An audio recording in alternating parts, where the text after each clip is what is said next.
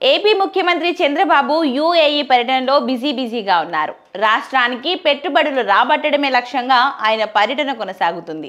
దుబాయ్లోని భారత council general Satish Kumar Sivan, అబుదాబిలోని deputy chief of mission అమర్నాథ్తో చంద్రబాబు సమావేశమయ్యారు. ప్రధాని మోదీ చొరవ వల్లే దేశంలో విప్లవాత్మక మార్పులు వచ్చాయని సీఎం అన్నారు. భారతదేశం బ్రాండ్ ప్రధాని ప్రపంచవ్యాప్తంగా ప్రచారం చేస్తున్నారని ప్రశంసించారు. ప్రధాని మోదీ పర్యటించినన్ని దేశాలు మరే ఇతర ప్రధాని పర్యటించలేదని చెప్పారు. రెండు దేశాల మధ్య వాణిజ్యం, పెట్టుబడులు పెరగడానికి ప్రధాని కృషే కారణమని కొనియాడారు.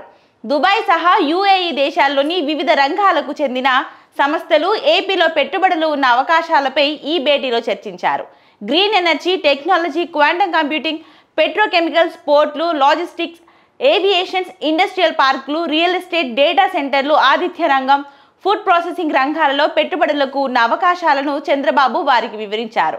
ఆంధ్రప్రదేశ్కు ఉన్న 1054 కిలోమీటర్ల సుదీర్ఘ తీర ప్రాంతంలో పోర్ట్లు, షిప్పింగ్ హార్బర్ల నిర్మాణం చేపట్టినట్టు వెల్లడించారు. ఏపీలో లాజిస్టిక్స్ రంగాన్ని అభివృద్ధి చేసేలా ప్రత్యేక ప్రణాళికలు రూపొందించినట్లు తెలిపారు. యూఏఈలోని వివిధ దేశాలకు చెందిన సెవరల్ ఫండ్స్ నుంచి ఏపీలో పెట్టుబడులు పెట్టే అంశాలపై ప్రత్యేకంగా చర్చించారు. స్పీడ్ ఆఫ్ పటీ డూయింగ్ బిజినెస్ విధానం ద్వారా రాష్ట్ర ప్రభుత్వం వేగంగా అనుమతులు ఇస్తుందని సీఎం వెల్లడించారు. ఇక అదే విధంగా యూఏఈలో ఉన్న తెలుగు వారికి ఇండియన్ ఎంబసీ సహకారం అందించే అంశంపై భేటీలో చర్చ జరిగింది. ఆయా దేశాలలో ఉన్న 4.08 లక్షల మంది తెలుగు ప్రజలకు అవసరమైన సహకారాన్ని అందించాలని ఎంఐఈ ప్రతినిధులకు చంద్రబాబు కోరారు.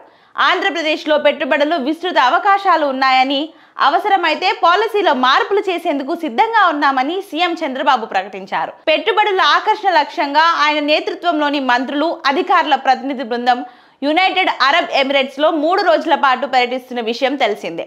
తన పర్యటనలో భాగంగా వివిధ సంస్థల ప్రతినిధులతో సీఎం చంద్రబాబు నాయుడు సమావేశమయ్యారు.